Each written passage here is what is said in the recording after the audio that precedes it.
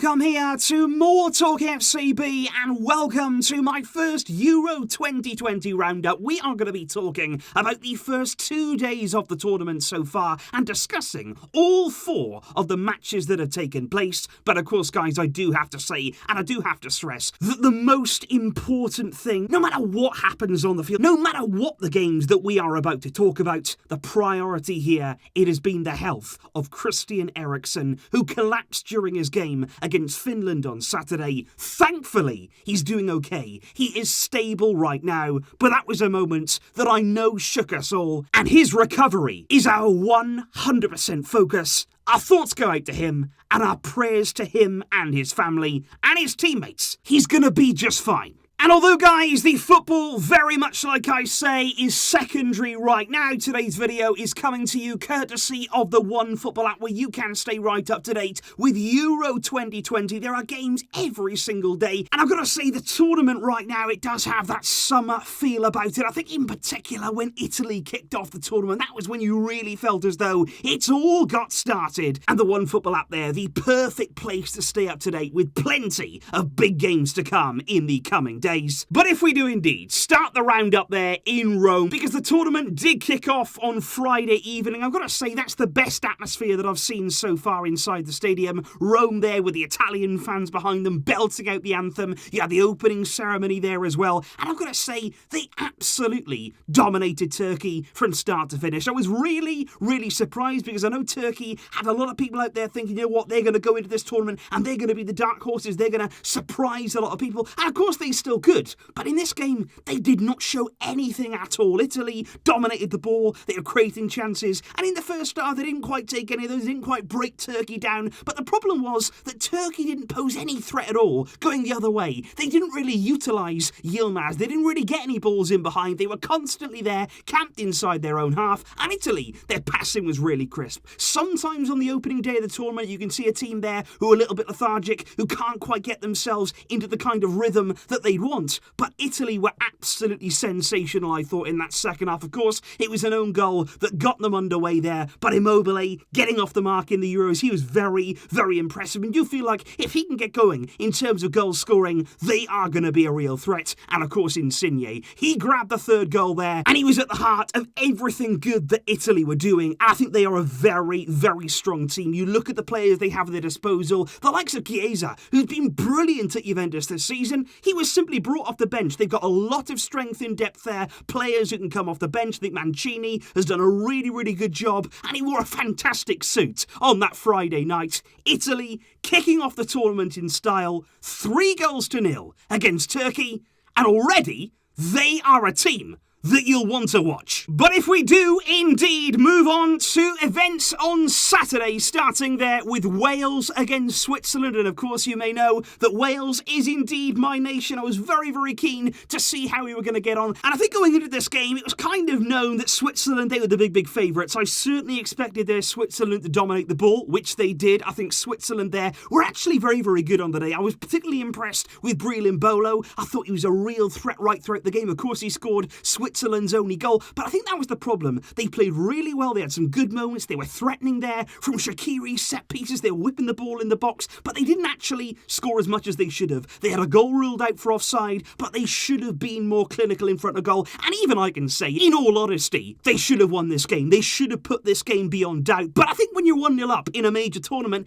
anything can still happen. And you've got to give credit there to Wales. They kept on fighting. Kiefer Moore is a player that I really, really like. He actually plays for my local team, Cardiff City. So we've scored a goal at Euro 2020, and it was a brilliantly worked set piece there. It came straight off the training ground. Really nice move, little interchanging passing into the area. Fantastic glancing header from Kiefer Moore. Wales had their equaliser, and that's a huge point for us. Switzerland will feel here like they've dropped 2 points, but for Wales, it is 1 big point earned. And our game against Turkey, that's going to be make or break for who can get themselves out of this group. And especially in that game too, Turkey are going to be looking to bounce back from that Italy defeat, and they're going to want to show a completely different side to their game. But of course, guys, we must indeed move on and we must discuss Denmark up against Finland. That was the next game up on Saturday, and certainly there in the opening exchanges of the game, Denmark were dominating the ball. They were actually looking to create a lot of chances there in front of goal. Of course, our very own Martin Braithwaite there. I was hoping that he would do really well in a Denmark shirt. And I have to say, even despite the circumstances, Braithwaite did for me have a very, very good game. He looked a threat there when running at Finland, but of course just before half-time.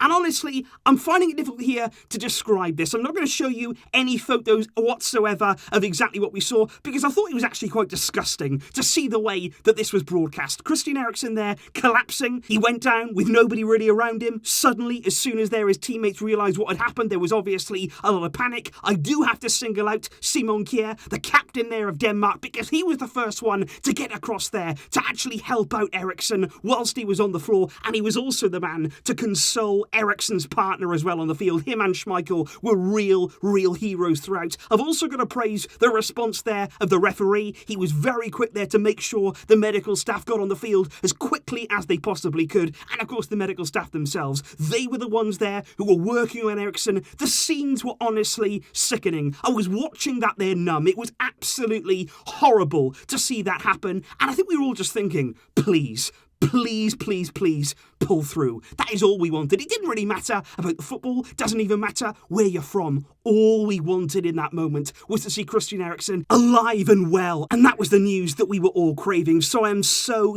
happy now to know that he's been taken to hospital. They managed to bring him to a stable condition. He is speaking. He's there, of course, with his partner. I'm sure his teammates are going to be visiting him as well very soon. But I was also so shocked about the fact this game then continued. About the fact that on the same day, Denmark apparently and Finland, both the players, according to UEFA, agreed to continue the game. I find that so hard to believe. And it's incredible that they went back out there and they continued the game there, played over half a match, and it was difficult. You know, it was not going to be easy for any of the players out there, given what they went through. And of course, as well, this game was in Copenhagen. You could feel it in the fans. It was such a strange atmosphere. And of course, football was secondary. Who cares what the result of this game was? The only priority and the only thing that we wanted to know was that Christian Eriksen was okay. And like I say, Finland have won. Big respect to them as well. They scored. There wasn't too many celebrations. And I also love the moment there when Finland and Denmark, they were both together in a huddle there on the field. There was a real good spirit between the two teams. They were an example today. I'm so proud of what they did there to cover around Eriksen as well. They gathered around him when he was on the floor to make sure that what was happening couldn't be filmed by the media. They did him really proud. And like I say, doesn't matter about the football. We're so happy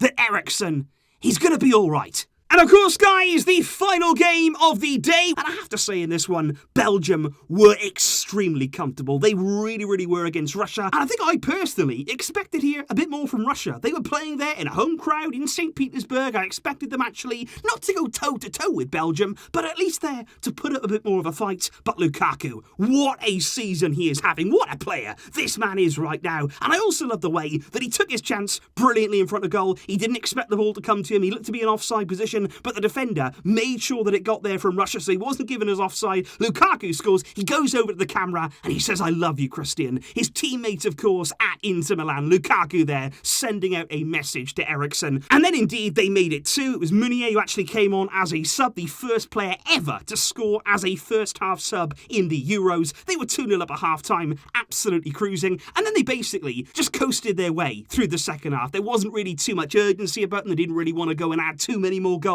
I think here they never really got out of second or third gear, and just before the end of the game, Lukaku, he's got another one. He is probably right now my favourite to be the top goal scorer in this competition, in front of goal, and the way that Belgium probably will go deep into this tournament. He is absolutely ruthless, and also Meunier there getting the assist for that goal. So Lukaku and Meunier really putting in a great performance for Belgium, which sees them off to a perfect start in their Group B. But it has been, guys, a difficult day. Yes, we are happy, of course, the Euros is going on. I was really excited about the whole tournament and indeed making these kind of videos for you guys, but there's no denying the events that we saw today, the images that we saw unfold in front of our eyes, they'll stay with us, and they honestly will. It is very difficult to actually forget right now what we saw, but like I keep saying, the amazing thing is that Eriksen, he is okay. He's stable, he's speaking, and we wish him all the very best Let me know your thoughts, guys, in the comments down below.